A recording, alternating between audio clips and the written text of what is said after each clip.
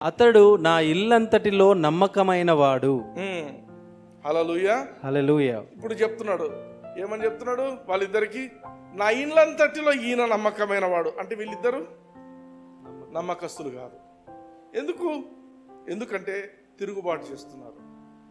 నువ్వు నిజమైన నమ్మకస్తునివి అయితే నువ్వు తిరుగుబాటు చేయవు. నువ్వు దేవుని ప్రకారంగా పోతావు. దేవుని విజన్ ఎక్కడుందో దాని ప్రకారంగా పోతావు.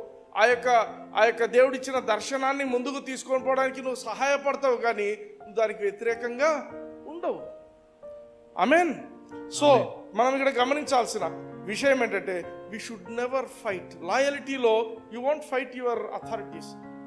నీదేనా, నేను లేకపోతే ఇది జరగదు, నేను లేకపోతే హూ ఆర్ యూ?